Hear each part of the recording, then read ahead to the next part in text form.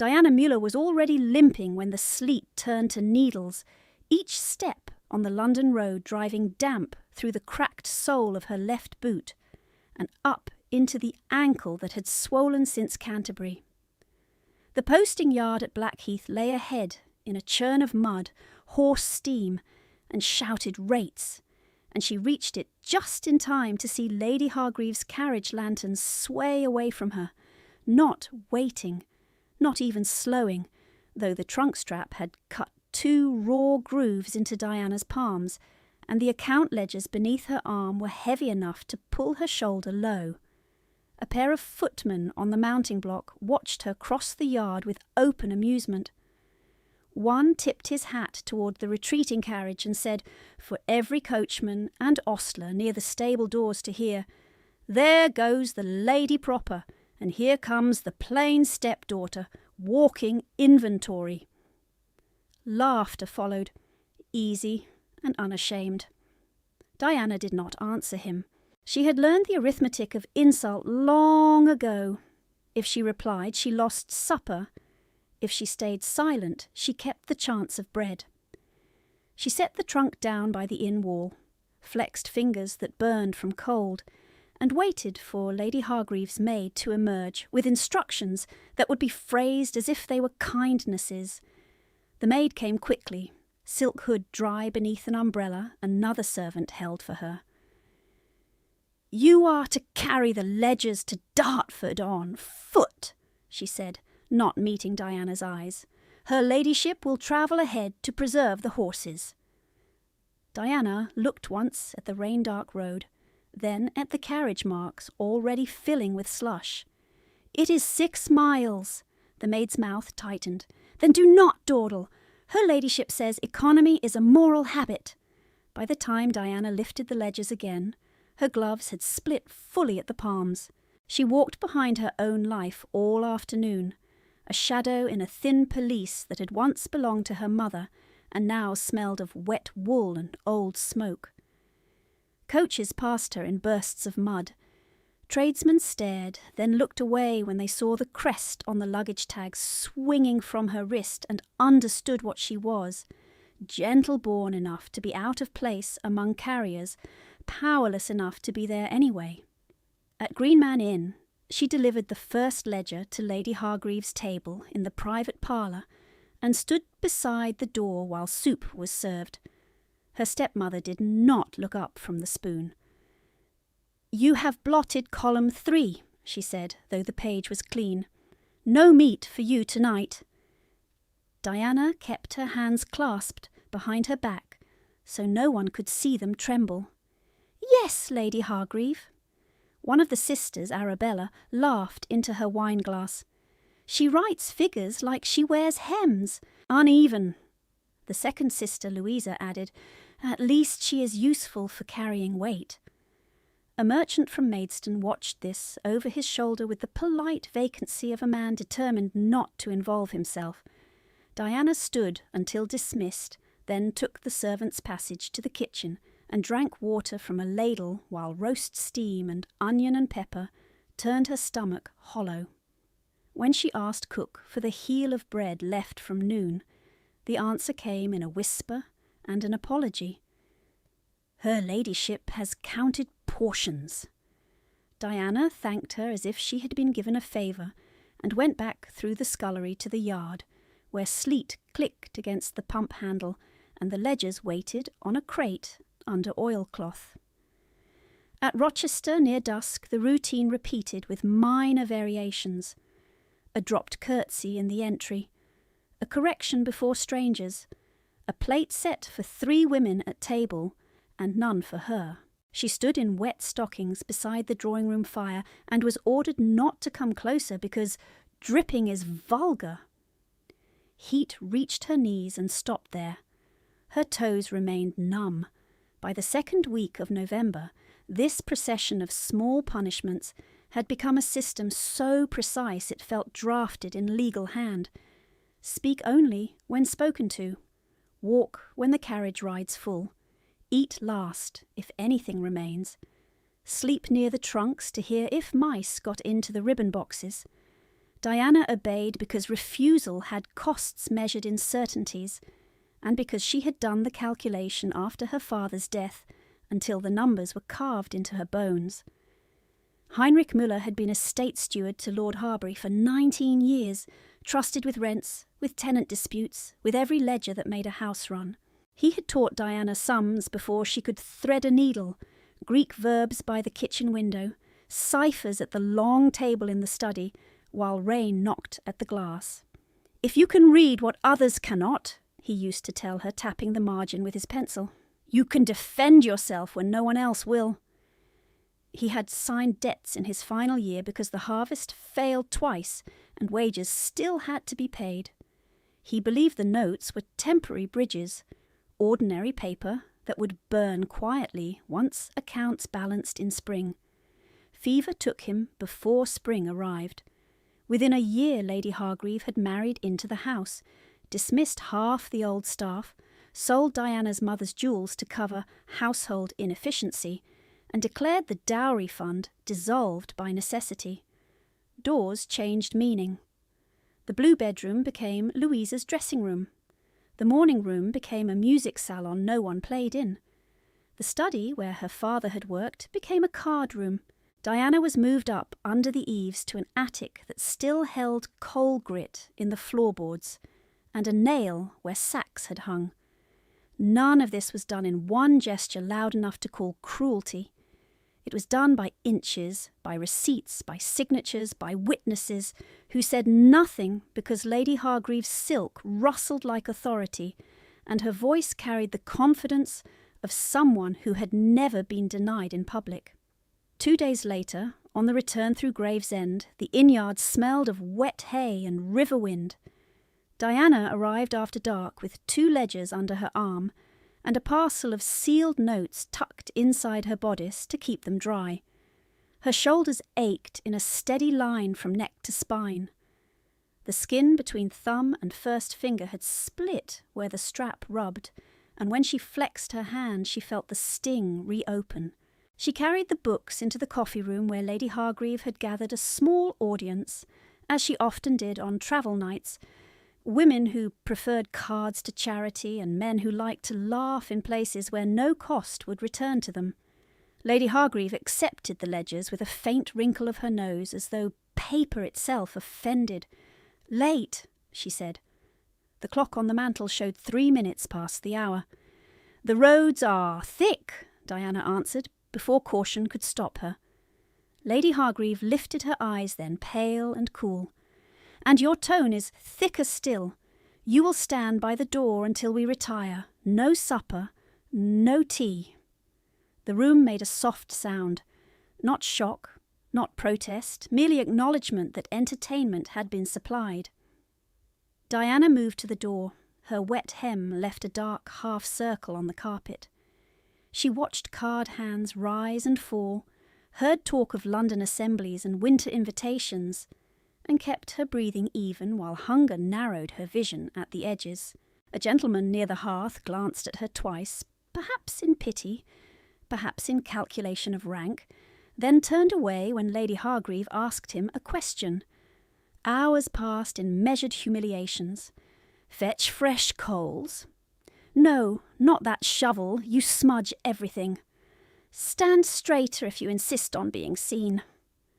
When at last the guests dispersed, Lady Hargreave paused in the doorway and looked Diana over from soaked boots to collarbone. "You look almost respectable in silence," she said. "Do not spoil it tomorrow." She did not sleep when she was dismissed. Near midnight she climbed the back stair to the narrow room allocated to surplus family, set her damp pelisse over a chair, and wrung water from her stockings into a basin gone cold hours before. The attic roof clicked under sleet. Wind pushed at the panes, as if testing their will. Diana lit a candle stub no longer than her thumb and sat on the truckle bed with her knees drawn up to make a desk of them. From beneath the mattress she drew the stitched notebook she had made from discarded foolscap and thread teased from an old hem. Inside were copied fragments of verse in 3 languages, legal definitions she had overheard and later confirmed from borrowed manuals, and columns of practice ciphers her father once set her as games. The page she opened held a line from Sophocles in her neat, compressed hand. Then beneath it, a translation and 2 alternate renderings. Because precision mattered and because words arranged correctly felt like order restored in a world determined to break it. Her fingers shook from cold as she wrote. Ink blotted once where the pen caught. She blotted it back, patient, exact. In the corridor below, someone laughed, then coughed, then a door shut. No one came up, no one asked whether she had eaten.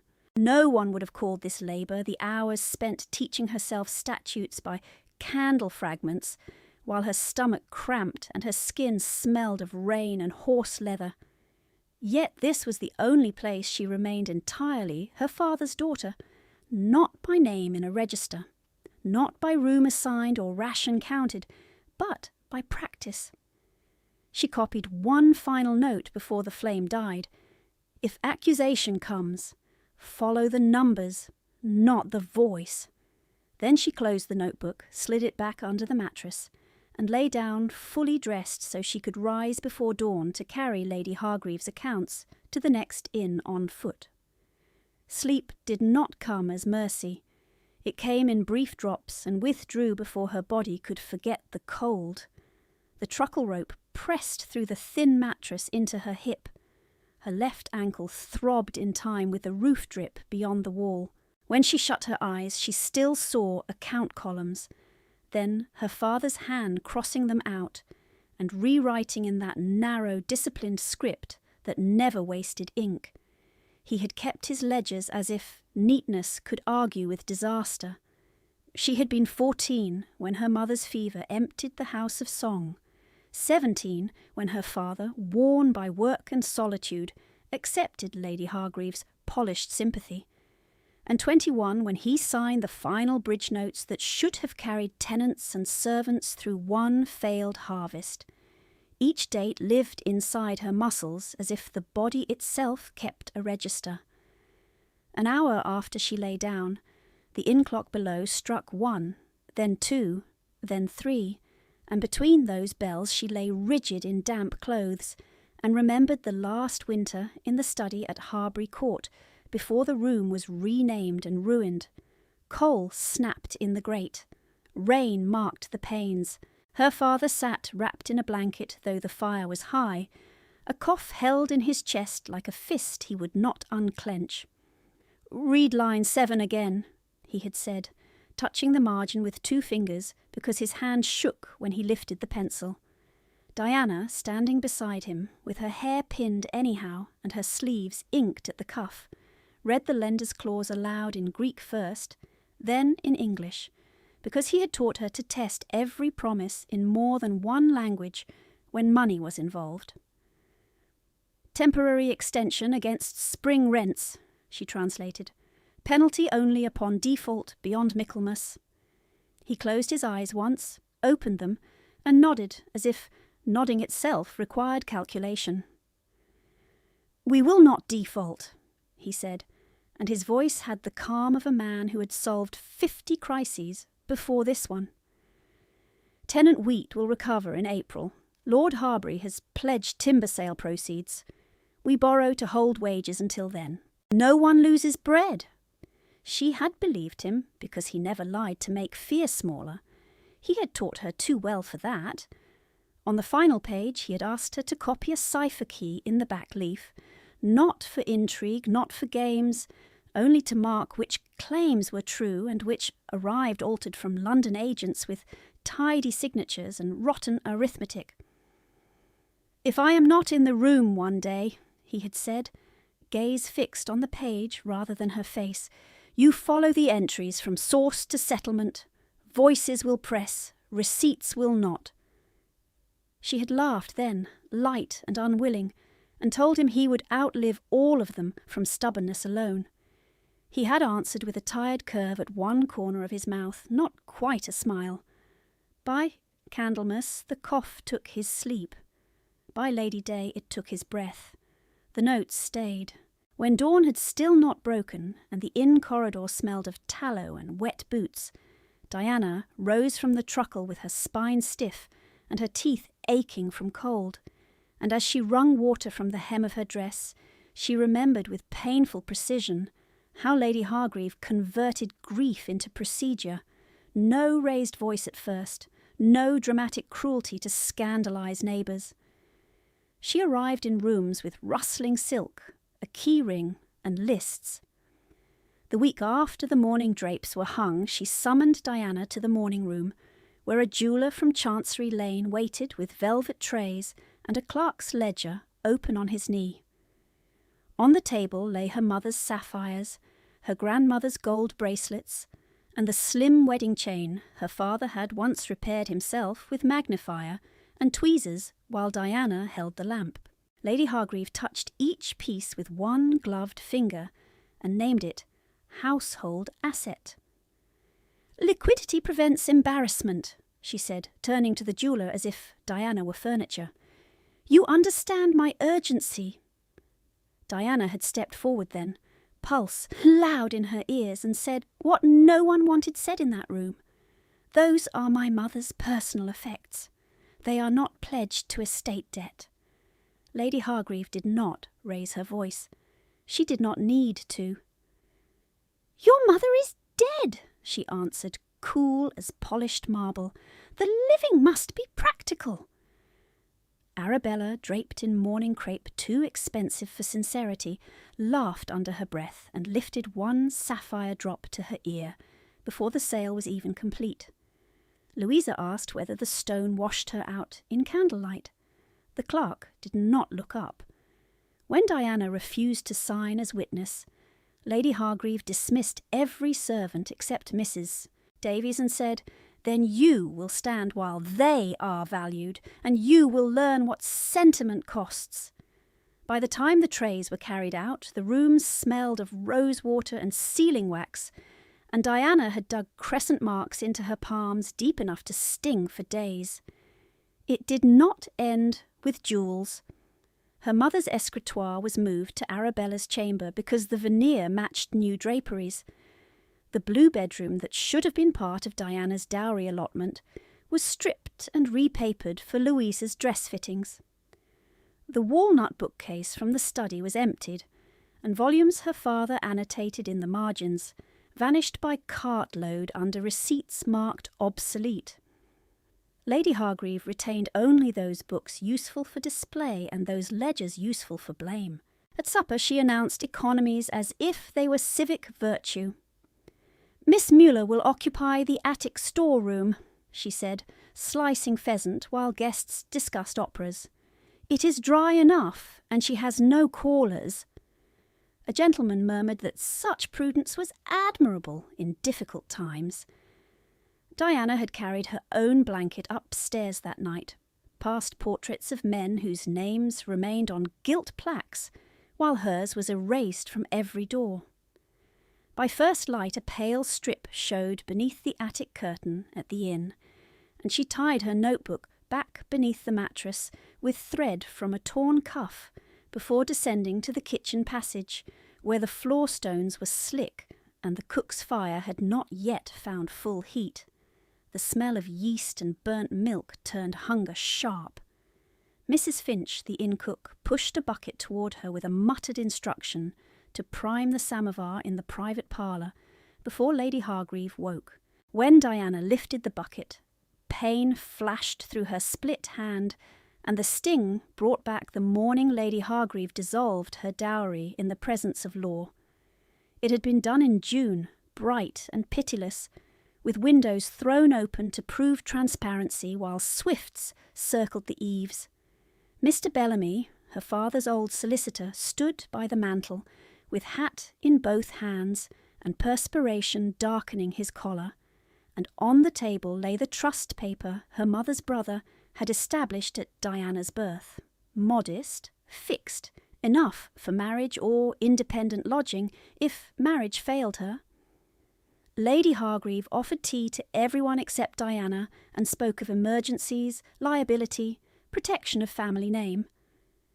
"The estate carries obligations your late father underestimated," she said, tapping the document with one ringed nail. "As guardian, I authorise temporary consolidation." Diana heard the trap in that adjective and said so. "Temporary without term is seizure. Mr. Bellamy flinched as if struck by the plainness of it. Lady Hargreave turned her head slightly, the way she did when she wanted silence enforced by atmosphere rather than command. "You forget yourself." "I remember figures," Diana answered, voice steady though her stomach twisted. "My father kept separate schedules for tenant wages, creditor notes, and my trust. Consolidation is not lawful absent my consent." Arabella, lounging in the doorway in a new walking dress that had once been cut for Diana and altered at the waist, clicked her tongue. Louisa inspected her gloves and said, "She speaks as if she were counsel."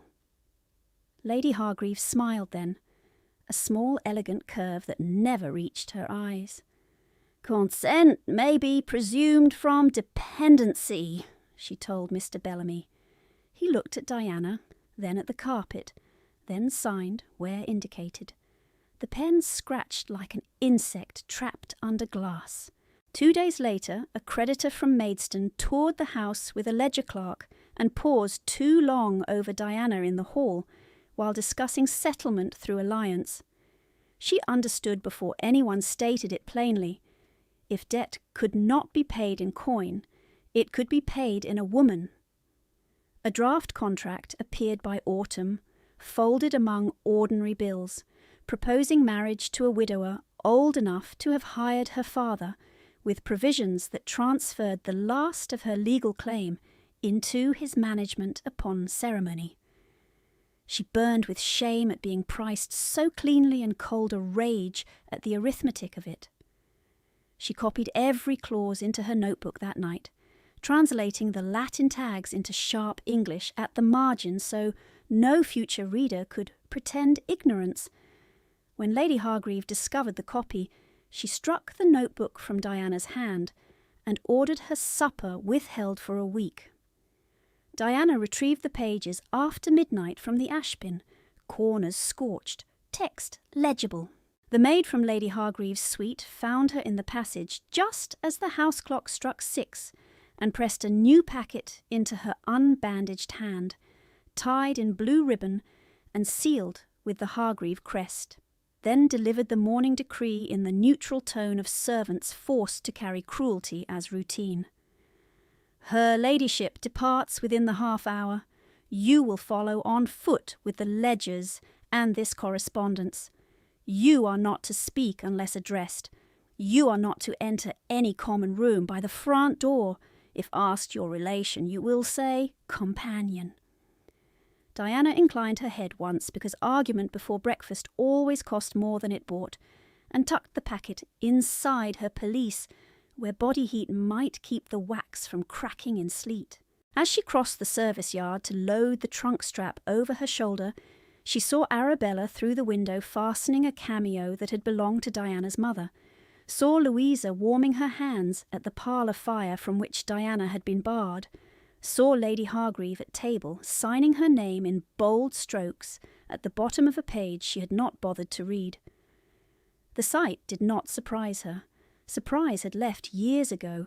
What remained was a hard, quiet ledgering of wrongs and proofs, of names and dates, of who signed and who witnessed and who looked away. She tightened the strap until it bit through glove and skin, set her weight against the pull, and stepped back into the road with the taste of old smoke in her throat and her father's final instruction clear as iron. When accusation came, follow the numbers, not the voice. She set her weight forward against the trunk strap and kept walking, while sleet traced cold lines down the back of her neck. The road bent east through bare hedges and chalk ruts, and the morning traffic thickened as it neared the river crossing. Carters shouted. Hooves struck water from the stones. Her split gloves darkened again with wet, and each step drove a dull ache up from the swollen ankle she refused to favour in public. Lady Hargreaves' carriage rolled ahead and did not once look back. Diana followed at the measured distance expected of a dependent who must be visible and separate at the same time. By late morning the clouds had dropped low over Kent, and the riverside coaching inn rose out of mist and chimney smoke like a block of damp timber and soot. Its yard was crowded with hired curricles, freight wagons, and gentlemen's travelling carriages waiting their turn for fresh teams. River wind brought salt and mud and tar. Diana slipped through the press with the ledgers clamped to her ribs and the blue ribbon packet hidden beneath her pelisse, and for one narrow minute she had a corner beside the stable wall where no one addressed her. No one corrected her posture. No one counted what she ate because she had eaten nothing at all. She let her shoulder rest against the damp boards and closed her eyes once. The shout came from the gate. A horse shied sideways. A wheel struck the lip of the paving. Then a small body pitched out of a curricle seat and hit the gravel with a hard, flat sound that turned every head in the yard and froze half of them in place. The boy did not scream at first. Shock held him silent. Then breath returned in a thin cry as he tried to push himself up and failed, his right wrist folding wrong beneath him. Diana dropped the ledgers where she stood and crossed the yard before thought could catch her. Lady Hargreaves' voice cut after her, sharp as wire. "Do not touch him!" Diana was already kneeling in the sleet, one hand bracing the boy's shoulder, the other lifting his forearm just enough to keep it still. His face had gone paper white under freckles. "Look at me," she said in German, low and steady, words her mother had used when fever took the house and frightened children forgot how to breathe. "At me, langsam, Gott so." He stared at her as if the foreign syllables were a rope thrown into dark water. A maid in Hargreave livery appeared at Diana's side, breathless, thrusting a second sealed note into her hand, with no regard for the child at her knees. "From her ladyship, immediate!" Diana took it blindly, wax pressing into her palm. Lady Hargreave had moved close enough that Diana could smell lavender over horse sweat. "You will deliver those papers to Viscount Ashford this hour," she said, lips barely parting. "Then you will leave this inn before dawn. You will not seek me." "You will not speak my name. If asked, you were dismissed for theft." Diana looked up at her, rain beading on her lashes. "There is a child injured." Lady Hargreaves' expression did not alter. "There are always inconveniences. Obey me for once in your life." Boots struck the stones behind them. A man crossed the yard with the speed of someone accustomed to command being answered before it was spoken. Tall, broad through shoulders and chest, greatcoat dark with rain. Hair almost black under a brimmed hat. His jaw was hard enough to look carved. He took in the fallen boy, Diana's hands, the splintered kindling crate by the wall, the knot of useless onlookers, and said one word without raising his voice: "Stop!" She glanced up, fingers still on the child's pulse, and he saw what she was doing, saw the angle of the wrist, the way she had already steadied the elbow, the strip she had torn from her own undersleeve. "Continue," he said, just as clipped. Diana reached for 2 straight lengths of kindling from the shattered crate, set one on each side of the boy's forearm, and bound them with the linen strip and her ribbon tie. The child shook, more from fright than cold now, and she kept speaking in soft German between instructions in English. "Do not move this hand. Hold my sleeve. Breathe with me." The boy obeyed because her tone gave him somewhere to stand. When she finished, she looked up again and met storm-coloured eyes fixed on her face with unnerving precision. He had crouched opposite without her hearing him. Rain tracked from the edge of his hat to his cheek and hung at the line of his mouth. "Name?" "Diana Müller." He shifted his gaze once, taking in her threadbare pelisse, torn glove seams, raw knuckles, then the bruise at the inside of her forearm where her sleeve had fallen back. His voice stayed level, but the words landed like blunt steel. "You are shivering. You are limping. You are carrying a house ledger in weather fit to lame a horse. Who ordered it?" "My guardian, Lady Hargreave." The boy made a small sound and tried to sit. The man's hand settled at once on the child's shoulder, firm and careful. "Easy, Edmund." Edmund, guardian, rain-dark coat. The crest on the curricle panel, half obscured by mud, resolved itself in her memory from old account books and county notices. Viscount Ashford. She felt the recognition in her stomach before she trusted it. Everyone knew his name. Young for the title, older than his years in reputation. Former cavalry officer. Kept to his Kent estates, refused invitations, paid debts to the penny and tolerated no disorder in his household. There were stories of a brother dead in service, and a silence that began afterward. None of the stories mentioned his hands shaking. Yet, as he adjusted Edmund's coat collar, she saw a brief tremor at his fingers that vanished before anyone else would have noticed. Lady Hargreave arrived at his shoulder in a rustle of expensive wet silk, and a smile arranged for witnesses. "My Lord Ashford, how fortunate that we may be of assistance. My companion has a talent for making scenes in public places." His eyes did not leave Diana's face. "Your companion set a fracture before my surgeon arrived." Lady Hargreave let the smile tighten by 1 degree. "She has had ample leisure to practice management of accidents." Diana could feel the packet under her pelisse, heavy as if weighted with lead. She drew it out and held it toward him with both hands, because one was shaking too visibly now. "My lord, I was instructed to place this directly into your hand." He looked first at the seal, then at her, then took the packet. The blue ribbon had been tied in Lady Hargreave's formal knot, 2 turns and a locked pull no maid would use. He broke the wax with his thumb, withdrew several folded sheets and read with no change in expression for the first page. Then a stillness settled through him so complete it seemed the rain had paused out of respect. He turned 1 page, another. His jaw tightened once at the hinge. Lady Hargreave spoke lightly into the silence. "Merely account clarifications, my lord. There has been some confusion with old steward records. Miss Muller has been most emotional about routine corrections." Ashford folded the sheets with exact care and slid them back into the torn envelope. He looked at Diana again. "Did you read these before delivery?"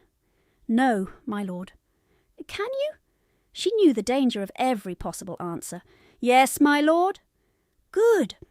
He rose in one controlled movement and gave orders without turning his head. "Hobbs, fetch Dr. Cramwell and have him meet us in the blue carriage. Now, Carter, clear the east passage." "I want space." The men he named moved at once through sleet and mud as if pulled by wire. Ashford looked down at Diana and spoke as though issuing a battlefield instruction. "You will come with us." Lady Hargreave laughed, soft and incredulous. "Surely that is unnecessary. She has duties to me." Ashford turned then, and whatever Lady Hargreave saw in his face made her take half a step back before she mastered herself. "Your duties may wait." "She is not a servant in your house to command." "No," he said. "She is a witness attached to my ward's injury and to papers bearing your seal. She goes where I say." Diana rose slowly, knees stiff from gravel and cold. "My lord, if I leave without permission, I will be accused of abandonment," Lady Hargreave answered for him. "You hear her own admission. She is unstable. I have tolerated insolence from her for years in memory of her father, but this morning she has stolen private documents and forced herself upon your household business. I advise caution." Ashford's gaze cut to Diana's hand, still marked by sealing wax. "Did you steal this?" "No." Did you force entry to my ward's carriage? No, my lord.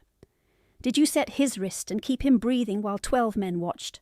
Yes, my lord. His mouth shifted by a fraction. Not warmth, recognition. Then I will decide what caution requires. Edmund, pale but calmer now, reached with his uninjured hand and caught at Diana's sleeve again. Do not go, he whispered, English this time, eyes bright with held tears he seemed ashamed to spill in public. Please! The plea crossed the yard more powerfully than any title. Ashford bent, slid one arm beneath the boy's knees, the other behind his back, and lifted him with the careful efficiency of habit learned under pressure. You heard him, he said to Diana. Walk beside me. She took one step, and pain buckled her ankle. Ashford noticed. Of course he noticed. He stopped without looking at her and spoke to a footman. Stool. Quickly! A mounting stool appeared. He waited while she climbed into the carriage after Edmund, then handed the boy to her as if there were no question she would hold him correctly.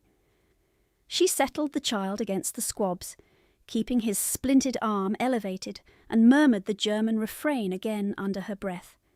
His breathing steadied in time to the rhythm. Ashford remained on the step, one gloved hand on the carriage frame, rain running from the brim of his hat. Listen to me, Miss Muller. His voice dropped lower than before, stripped of public performance. Until noon tomorrow you do not leave my sight or my household rooms. You do not return to Lady Hargreave. You do not surrender any paper to anyone except me or the magistrate I name. Do you understand? The command struck her with the force of a locked door, and, beneath it, the unnerving shape of shelter. She looked past him once. Lady Hargreave stood in the sleet at the yard edge, silk darkening by the second, face composed for spectators, but eyes bright with a rage she could not display without cost. Around her, strangers who had laughed an hour earlier were watching in attentive silence, measuring rank against rank and seeing, perhaps for the first time, that Diana's presence had become consequential. Diana met Ashford's gaze and answered in the only form left to her that preserved both caution and truth. I understand, my lord. Say it plainly. I will not leave. He gave a single nod, closed the carriage door himself, and took his place opposite her as the horses lunged forward through the wet yard, carrying Diana Muller away from Lady Hargreave's reach for the first time since her father was buried. The carriage swayed hard as it left the inn yard, iron rims striking ruts filled with brown water. Diana braced Edmund with one arm and held his splintered wrist high with the other, keeping his coat folded beneath the elbow as her father had taught her for swelling. The boy's breath came in quick, shallow pulls. His lashes were wet. He tried once to bite back a cry and failed. It hurts, he whispered. I know. She shifted closer so the motion of the carriage would move through her before it reached him. You are doing exactly right. Look at me, in through the nose, slowly. She gave him the count in German and then in English, steady as metronome beats. 1, 2, 3. Across from them, Ashford sat very still, one gloved hand braced on the leather strap by the window. Rain streaked the glass behind him in slant lines. He watched Edmund first, then her hands, then the splint. Nothing in his face softened, nothing in his gaze wandered. When the carriage took a sharper turn, Edmund jolted and made a thin sound that tightened Diana's chest. She shifted again, using her own shoulder as a wall. Ashford leaned forward at once. Give him to me. He is better where he is, Diana said, before caution could flatten the words. If he moves now, he will cry out. A breath of silence followed. The horses drove through it. Ashford settled back without argument. Continue, he said. They reached Ashford House within minutes that felt longer than some winters. The place stood near the river road behind high stone walls, darkened by weather, not ornate, not eager to impress, only severe and certain. Lamps burned in 2 lower windows. A porter had the doors open before the wheels stopped. Footmen formed a line in the entry hall as if assembled by drumbeat rather than bell. Ashford stepped down first and turned back for Edmund. The boy clung to Diana's sleeve with his uninjured hand. "She comes," Ashford said to him. Then to Diana, without looking away from the child, "Do not dismount alone." A stool appeared again. A hand at her elbow appeared with it. She stepped down, ankle flaring, jaw locked against any sound, and followed them over black and white marble where her wet hem left marks no one dared mention. The hall smelled of beeswax and coal smoke. A grandfather clock marked each second with a patient strike that made her feel how fast her own pulse ran. Dr. Cramwell met them in a green baize room converted in haste to a surgery table. He was grey-haired, clean-handed and concise, with the habitual calm of a man who had seen panic and refused to join it. He cut away the temporary ties, inspected the wrist and nodded once. "Well set for a roadside splint," he said. "Who bound it?" Diana kept her eyes on Edmund's face. "I did." "Stay then. He trusts your voice." Ashford had moved to the hearth and remained there, broad shoulders squared to the room, hat and gloves stripped and dropped on a chair, with military precision. His right hand had a faint tremor again when he flexed it once near the flame. Diana saw it and looked away. The setting of the bone was swift and clean. Edmund cried out once, then twice, then pressed his face against Diana's sleeve while she countered him through the pain in 2 languages. When it was done, Dr. Cramwell wrapped the arm in linen and thin wood stays, secured a sling, and gave instructions to the nursemaid summoned at speed. "No fever tonight if Providence is kind. If fever comes, cool cloth at neck and wrists, small sips of water. Wake me if his breathing changes." Edmund's eyes were glass bright now with exhaustion. He reached for Diana again. "Do not go." The nursemaid hesitated, looking to Ashford. Ashford did not move from the hearth. "Miss Muller remains until he sleeps." The nursemaid curtsied and led the way upstairs. Diana followed with Edmund tucked close against her side, feeling every step in her swollen ankle, counting stairs out of habit when fear tried to scatter her thoughts. 19 to the first landing, 21 more to the nursery corridor. The nursery was warm with banked coals and smelled faintly of chamomile. Toys sat in soldierly order on low shelves. A painted ship with 1 snapped mast stood near the bed. Diana set Edmund down gently, adjusted his sling and brought him water by spoon, 1 sip at a time so his stomach would hold it. He watched her with a solemnity children wore when pain made them older, for an hour. "Will I lose the hand?" "No." She touched his knuckles lightly. "You will keep all your fingers and use them to cheat at cards by Christmas." He gave the ghost of a smile that vanished quickly. "Papa said Mother used to sing in German." The word papa struck like a misfired shot. She had heard no mention of a wife, only rumours and omissions. She kept her voice level. "Then we shall honour her and use her language tonight." She sang low, not for music, for rhythm, a cradle phrase her mother had used when storms shook window panes loose in Harbury Court. Edmund's breathing slowed by degrees, his lashes lowered, his hand loosened at her cuff. When sleep finally took him, it did so all at once, as if he had fallen through thin ice into depth. Diana eased her sleeve free and stood very carefully. Her back ached. Her fingers had cramped around the spoon handle and left pale marks in her skin. When she turned, Ashford was in the doorway, not 2 steps inside, motionless enough to have been there for some time. She straightened. "My lord, you did not wake him once." He was already tired. "You are exhausted." It was not concern in his voice. It was fact placed on a table between them. She felt suddenly how wet her hair still was at the nape, how stiff the mud was on her hem, how hunger had become a steady hollow instead of a sharp one. "I am functional," she said. His gaze dropped to her hands, to the split skin at the web of thumb and forefinger, to the bruise near her wrist that her sleeve had failed to hide. "Liar," he said quietly. "You are shaking." Heat climbed her throat, humiliation and anger braided too tight to separate. "Then I will shake in silence, my lord, if that is preferable." His jaw shifted once. "Come downstairs. Now." She followed him to a small morning room where a tray had been laid with broth, bread and tea, strong enough to stand a spoon. A fire burned low. No one else waited there. Ashford pointed to the chair nearest the hearth. "Sit."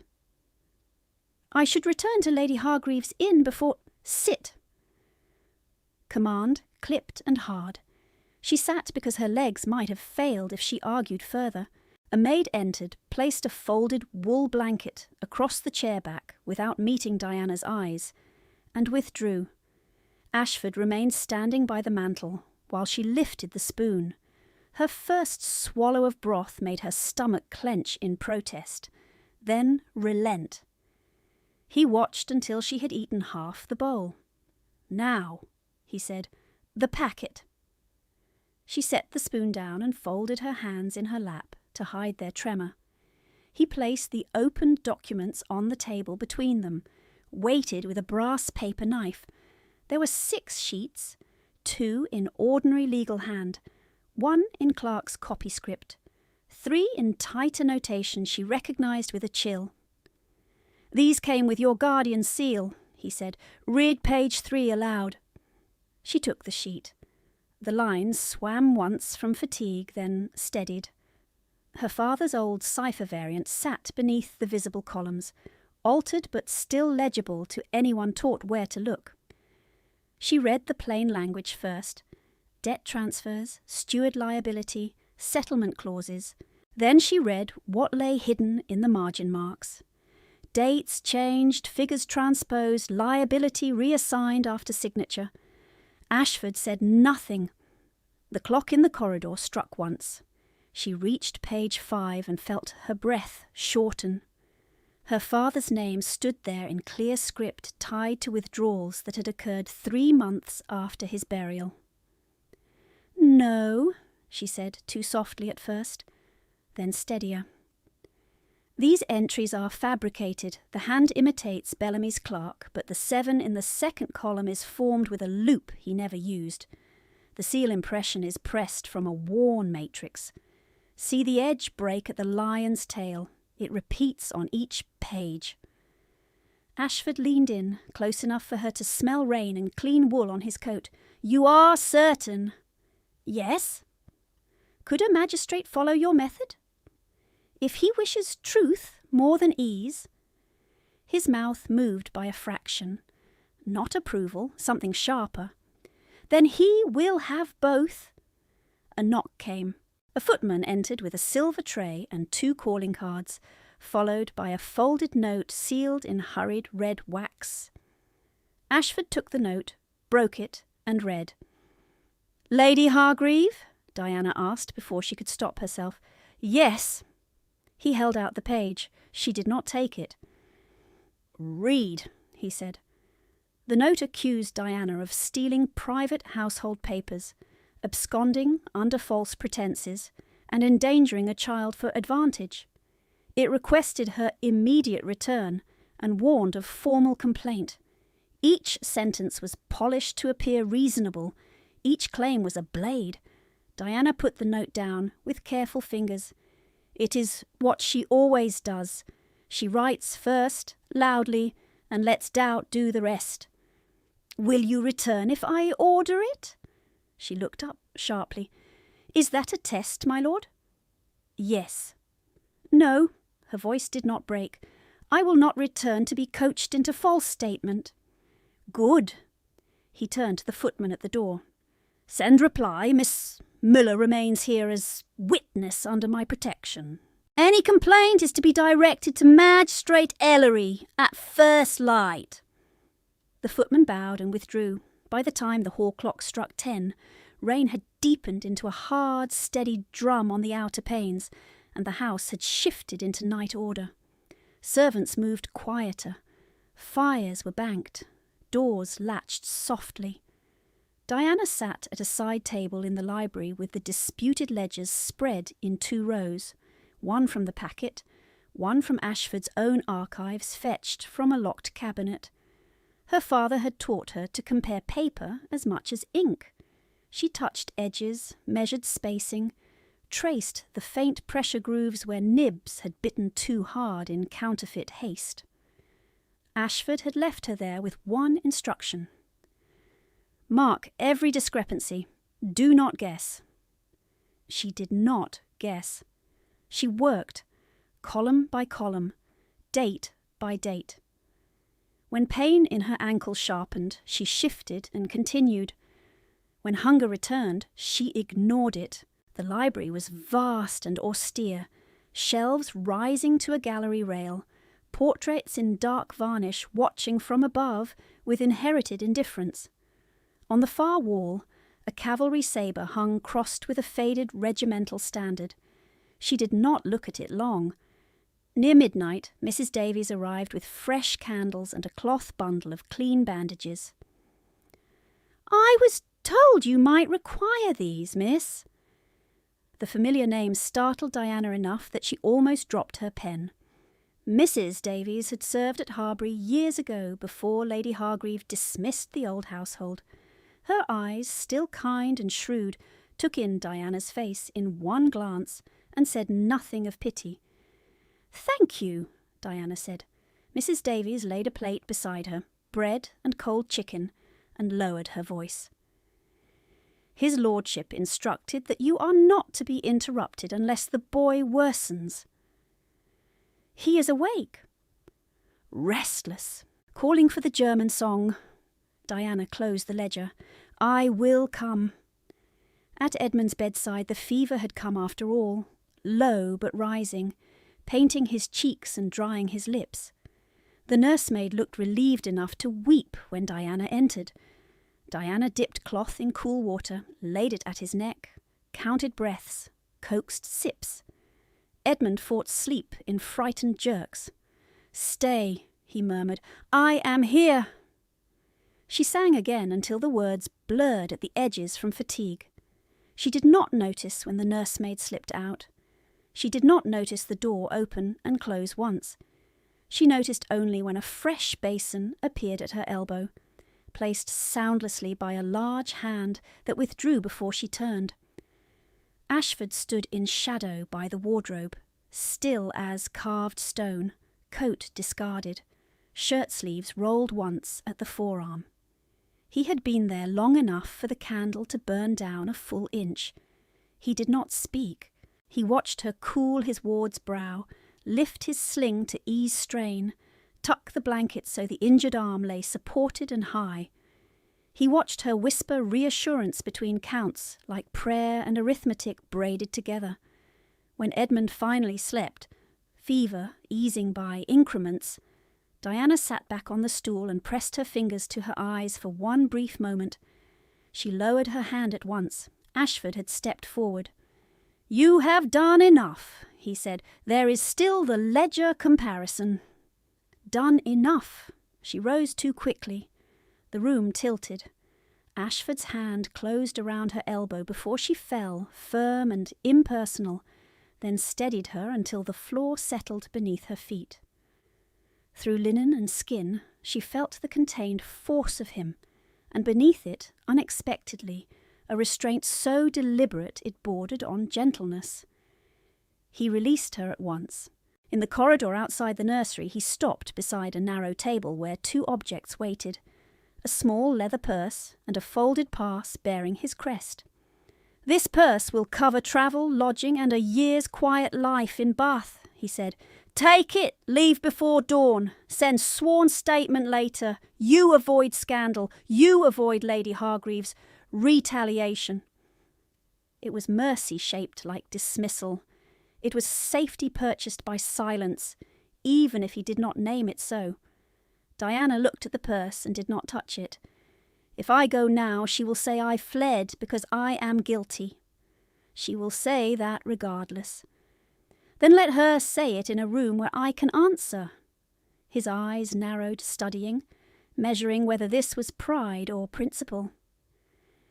"You may be ruined by this," he said. "I have been ruined for years," she replied, voice low and exact. "Truth is the only coin I still own. I will spend it myself." Something shifted in his face then. Not softness, not surprise, but the end of a calculation he had been unwilling to trust. He took the purse back and set the pass aside. "Very well." She drew breath to thank him. He cut her off with a raised hand. "Do not thank me. Work." He turned toward the library, then stopped and looked back once, eyes like winter water in the candlelight. "At first light we go to Magistrate Ellery," he said. "You will bring your notebook, all of it. No omissions, even where it harms your father's memory." The command landed like cold iron and clean air together. She met his gaze without lowering hers. "I understand." He gave one short nod and walked ahead through the dim corridor, boots silent on runner carpets, while Diana followed with aching limbs and a steadier pulse, carrying not rescue but evidence toward morning. Ashford did not look back again, but he slowed at each turn just enough that her injured ankle could keep pace without becoming a spectacle. The corridor lamps burned low, wax and coal and damp wool mixed in the air. When they entered the library, he shut the door with his own hand and turned the key, not dramatically, only once, a practical motion that still made her pulse rise. "Sit at the long table," he said, "not the side desk. I need full light." She moved to the central table where 2 candelabra already stood ready, fresh wicks trimmed, clean paper stacked beside the ledgers. He had arranged it while she was upstairs with Edmund, or ordered it before she knew she would be needed again. She set her notebook down and untied the thread that held it closed. Her fingers were clumsy with fatigue. Ashford took the opposite chair. He did not remove his coat this time. Rain had dried at the shoulders in dark tides. "We proceed in 3 lines," he said. "First, forgeries against your father's name.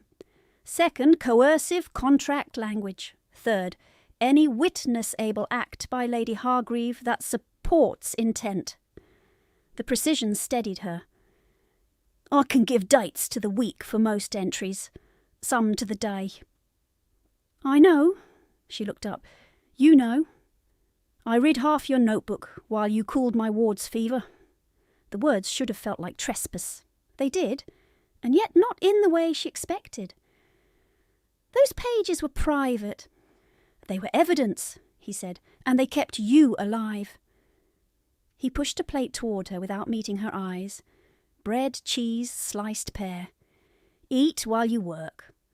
"I can work without... Eat!" The command landed like iron and shelter in the same breath.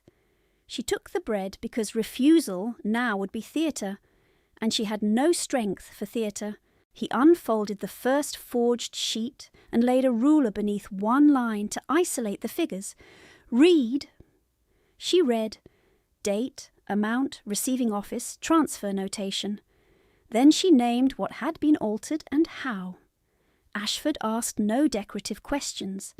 He asked where the clerk sat in the old Harbury office, and which hand sharpened his quills, and whether the ink at line endings feathered left or right in winter.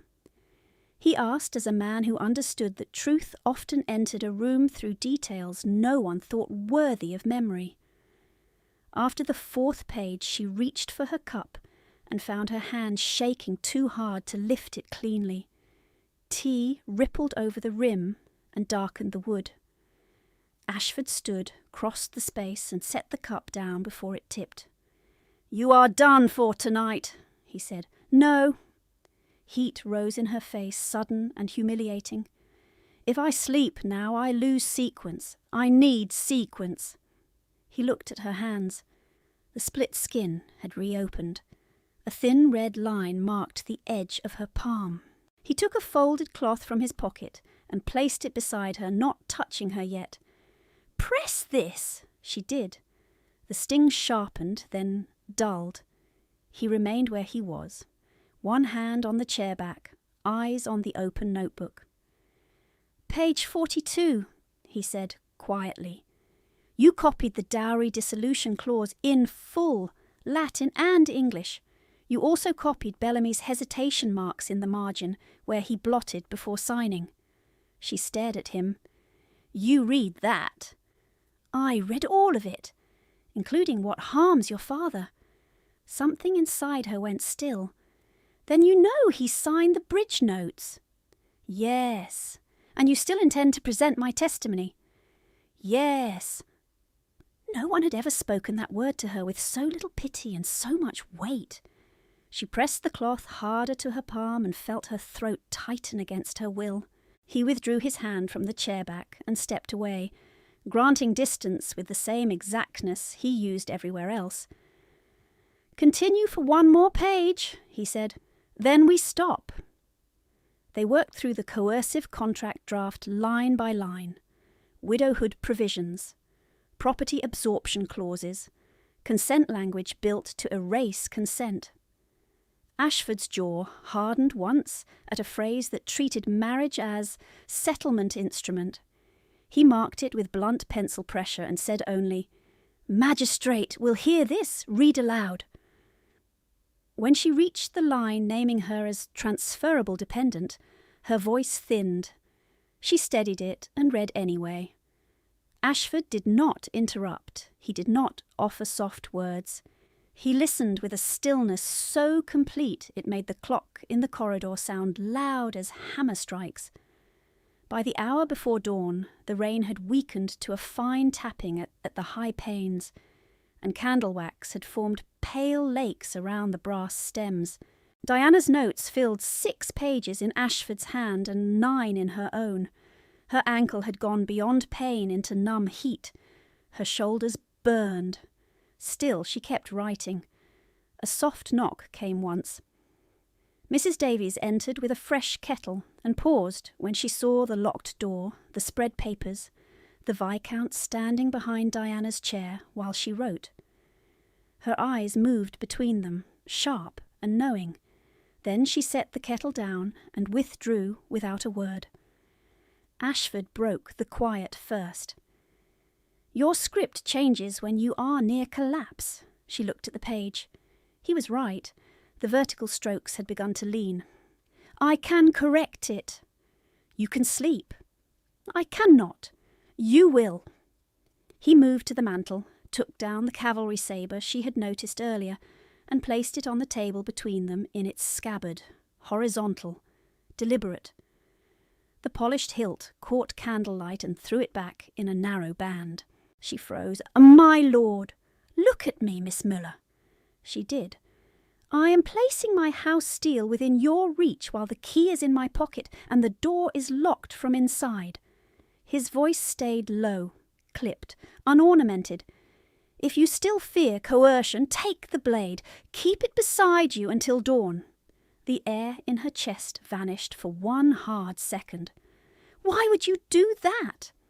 "Because liars demand trust they have not earned. I prefer proof." He slid the sabre closer until the guard touched the edge of her notebook. "You asked for sequence. Here is sequence. I saw you in the yard with a fractured child and a crowd watching. I saw you in the nursery counting breaths while your own hands bled through torn gloves. I saw you refuse money to run. I saw you read lines that stain your father and still choose the truth. There is no version of this night in which you are the thief." The words entered her like cold water and fire together. No one had named what happened to her without twisting it first. No one had stacked facts in her favour and called them facts. She could not speak. She set her pen down because her fingers no longer obeyed. Ashford waited. He did not fill the silence. At last she said, very softly, "If I take it, people will say I threatened you. People say many things. The magistrate will hear evidence." She placed both palms on the scabbard. The leather was cool and smooth under split skin. She did not draw the blade. She only held it there, as if testing whether the world would permit even this much certainty. Ashford gave one short nod. Good. He took the chair at her left, not across from her now, close enough to block the draught from the window. "Now you sleep for 1 hour. Head down if you insist on dignity. I remain here. I do not require a guard. Not a guard."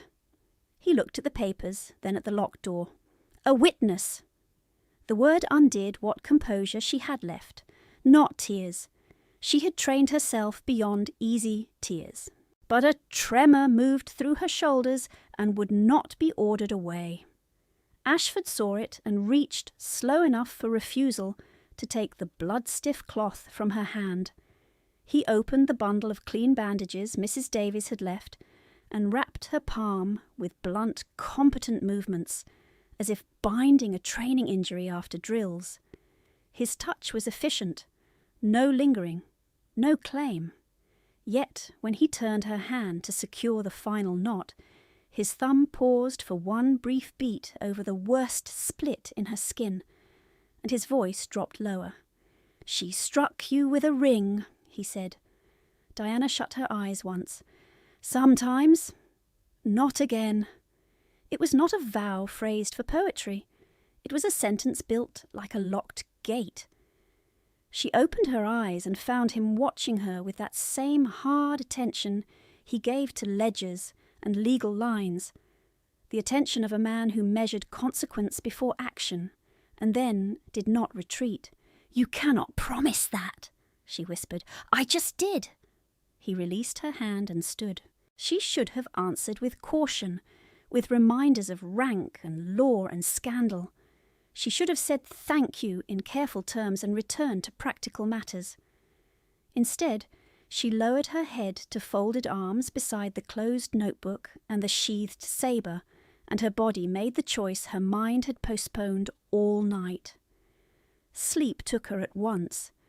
She woke to grey light pressing at the library windows, and the smell of fresh coal. Her neck ached from the table edge. The bandage on her palm was clean. The sabre still lay beneath her forearm where she had drifted against it. For one disorienting second she did not know where she was, and then she lifted her head. Ashford stood at the window exactly where she had last seen him, coat still on, one hand behind his back, the other resting on the sill. He had not moved far enough to sit. He hadn't left. A tray waited on the sideboard with 2 untouched cups, gone cold. He turned when she stirred. 1 hour became nearly 3. She pushed herself upright too fast and winced. "You should have woken me." "You needed sleep more than argument." "You remained standing." "Yes." "Why?" He held her gaze. His face gave nothing away beyond fatigue drawn in hard lines at the mouth. "Because I said I would remain." The answer should not have struck so deeply. It did. She looked at the window where dawn had thinned the rain to mist, and realized he had measured the dark beside her and refused to leave her alone inside it. That knowledge could not be returned to ignorance. A second knock came. This time it was brisk, official. The footman entered with gloves, greatcoats, and a sealed message on a salver. "Carriage is prepared, my lord. Magistrate Ellery confirms the early hearing. Lady Hargreave and counsel have already arrived at the assembly rooms." Ashford took the message, broke the seal, and scanned it once. "Tell Hobbs we depart in 10 minutes. The footman bowed and withdrew. Ashford turned to Diana and held out her notebook. then the sheathed sabre. "Bring both," she stared at him. "To the hearing, your sword." "Keep it with you until we stand before the magistrate," he said. "Last night it was protection. What happens with it in that room will be said there, before witnesses." For a heartbeat she could only look at him, at the controlled severity, at the unadorned certainty that had replaced every easy courtesy men used when they intended to discard a woman later. Then she rose, took the notebook in her bandaged hand, the sabre in the other, and met his eyes without lowering hers. "I am ready, my lord." "Good," he said. "Walk beside me." She walked beside him through the front hall with the sheathed sabre balanced along her forearm and her notebook held against her ribs like a second spine. The morning was raw and colourless. Mist clung to the carriage lamps. Hobbs shut the door behind them, and the wheels moved at once over wet stones toward the assembly rooms near the river square where county hearings were held when scandal had outgrown private offices. Ashford spoke only once during the ride. "When counsel interrupts, answer the magistrate, not the interruption." Diana kept her eyes on the blurred street beyond the glass. "Yes, my lord." At the assembly rooms, a knot of spectators already filled the steps. Tradesmen, 2 clergymen, 3 ladies wrapped in dark mantles, pretending disinterest. A pair of clerks with ink cases tucked into satchels. Lady Hargreaves stood beneath the portico in dove-grey silk, dry beneath a footman's umbrella, counsel at her shoulder.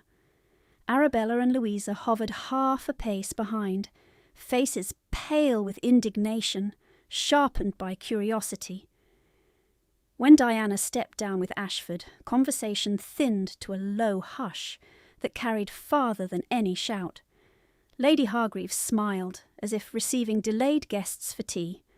"Miss Muller, how relieving to see you returned. You have caused needless alarm." Ashford did not break stride. "Save your speech for Ellery." Inside, the hearing chamber smelled of damp wool, sealing wax, and coal smoke. Magistrate Ellery sat at the raised table in plain black coat and white stock, spectacles low on his nose. To his right sat the county registrar with 2 ledgers open. To his left, a clerk from the stamp office sorted impressions on a felt tray.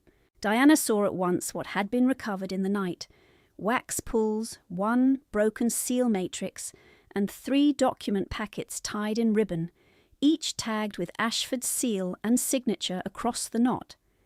He had not waited for chance.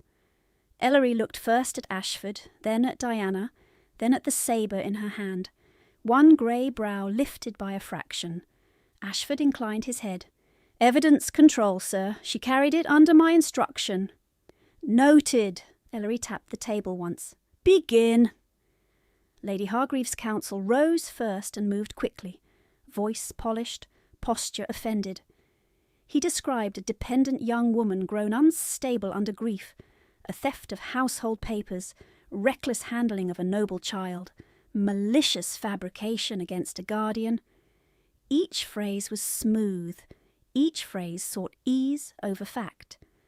Diana stood at the witness rail and felt old shame try to climb her throat, the practised shame of being spoken about as if she were absent even when she stood in the centre of the room. Then Ellery said, "Miss Muller, your account." And the room shifted.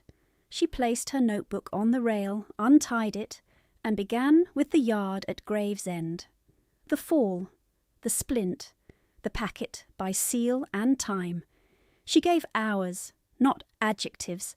She gave names of those present. When counsel objected that she was editorialising, Ellery cut him off without looking up.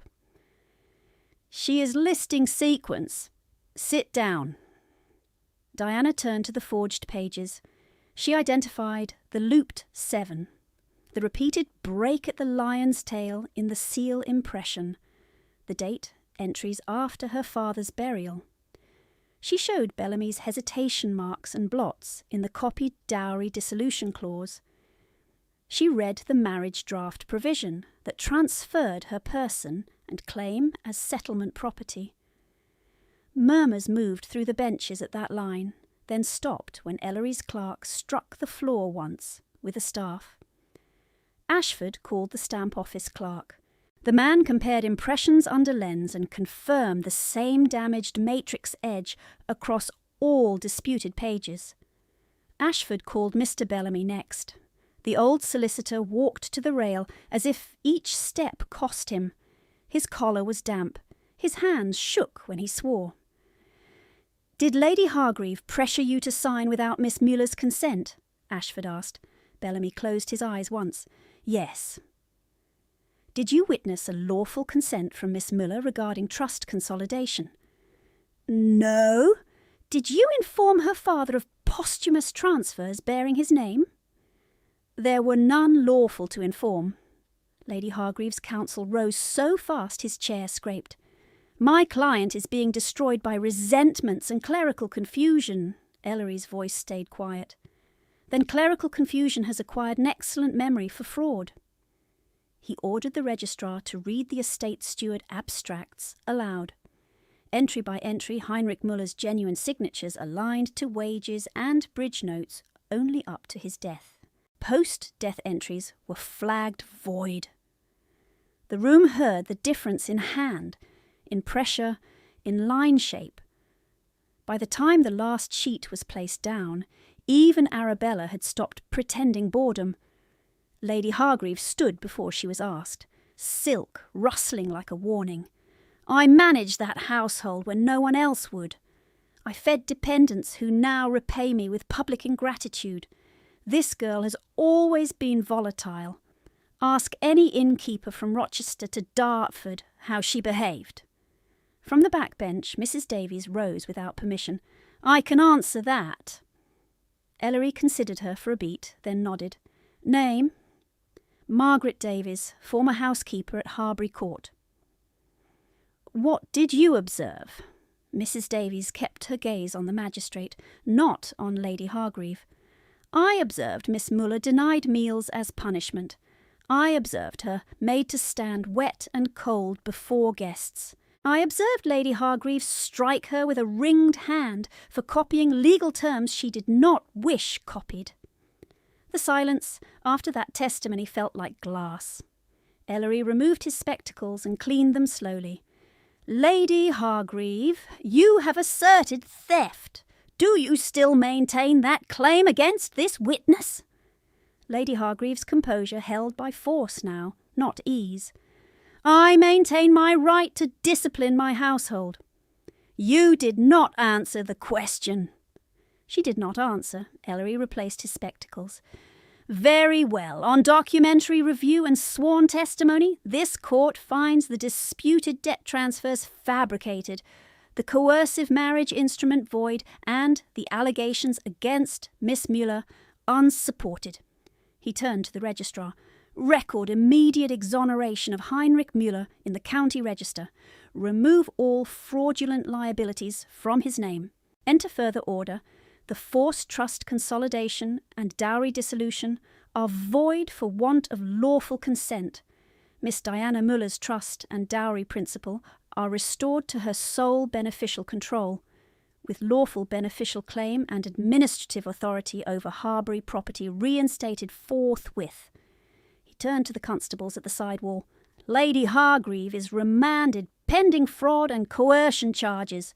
Seize London accounts and estate correspondence listed in Ashford Exhibit C." The guards stepped forward together. Arabella gasped. Louisa clutched her sleeve and whispered a protest that no one acknowledged. Lady Hargreave tried to pull free with dignity still intact, chin high, words sharp. "This is outrageous. You cannot place hands on me in public." Ellery did not raise his voice. "You arranged her humiliation in public. You will endure correction in public." As the guards led Lady Hargreave out, she turned once toward Diana with a look that promised future harm by habit alone, then failed when she found no available ground left for it. The doors closed behind her. The sound carried to the rafters and fell away. Only then did Ashford move. He stepped to the centre before the magistrate's table, drew the cavalry sabre from its scabbard in one clean motion, and turned to Diana. The steel caught winter light from the high windows. He laid it flat across her open palms so the weight settled true. "Keep this, if you fear me," he said, voice low and exact before every witness in the room. "I do not place steel in dishonest hands." No one laughed, no one breathed loudly enough to be heard. Ellery watched for one long second, then gave the smallest nod in the direction of the record clerk. "Note that statement." Formalities followed, signatures, sealings, disposition lists for seized accounts. Ashford submitted every physical item they had carried and collected. The blue ribbon packet, forged sheets, wax pulls, broken matrix, her notebook by certified copy while the original was returned to her, and the forced marriage draft marked void in red across each page. He surrendered the unused travel pass for cancellation. He placed the purse once offered for silence on the table as evidence of refusal and took it back only when Ellery said, "No impropriety attaches. This item is irrelevant now." Ashford passed it to Mrs. Davies in the corridor with a single instruction. "For school slates and coal, Miss Muller will decide the rest." By the first Monday of December, Diana stood in the recovered Harbury library with chalk dust on her cuffs and 10 village children seated at long tables that had once held card games and debt talk. The county carpenter had repaired the cracked window sash. Mrs. Davies had aired the old rugs and opened curtains long kept shut. Edmund, his wrist mended and still wrapped in a narrow support, sat in the front row pretending not to be proud of writing Greek letters in a hand steadier than his uncle's first attempt. On the mantel, the county register lay open to the restored entry. Heinrich Müller, steward, no fraud attached. Beside it rested Ellery's sealed order restoring Diana's trust and dowry principal, and reinstating her lawful beneficial claim over Harbury. Diana touched the line once with 2 fingers, and then closed the book gently. At noon, Ashford came in from the yard, boots damp, coat unbuttoned, cold at his shoulders from inspecting a roof leak with 2 workmen. He paused in the doorway so the children would not rise in confusion. They rose anyway because they had already learned what kind of house this had become. "Sit," Diana told them with a look that made obedience feel like a shared secret rather than fear. They sat. Ashford waited until the lesson ended and the children filed out under Mrs. Davies's supervision. Then he crossed to the table where Diana was stacking copybooks. The room was quiet except for the fire and a rook calling once from the bare elm outside. He set the sheathed sabre on the wood between them. "This is yours if you still want it." She looked at the leather grip, at the guard polished by his hand and now marked by hers. "I do," he nodded. "Then take this also, if you choose." He offered his hand without flourish, palm open, gaze steady. No witness now except the winter light and the old shelves and the quiet that had finally stopped hurting. Diana placed her fingers around the hilt first, then into his hand. "I choose." They were married in the parish chapel before dusk, with Magistrate Ellery as witness, Mrs. Davies weeping without apology in the second pew, Edmund standing straight despite the sling and presenting the ring with grave concentration. No one called Diana companion. No one asked her to stand by a door. At supper in Ashford House, she sat at the head beside her husband and rose only once, by choice, to refill Edmund's cup when his bandaged wrist made the jug awkward. Ashford watched her do it, and his mouth shifted, not quite a smile, then settled. Late that night, after the last servant had banked the fires, Diana returned alone to the library and placed the sabre above the mantel where the crossed standard had hung.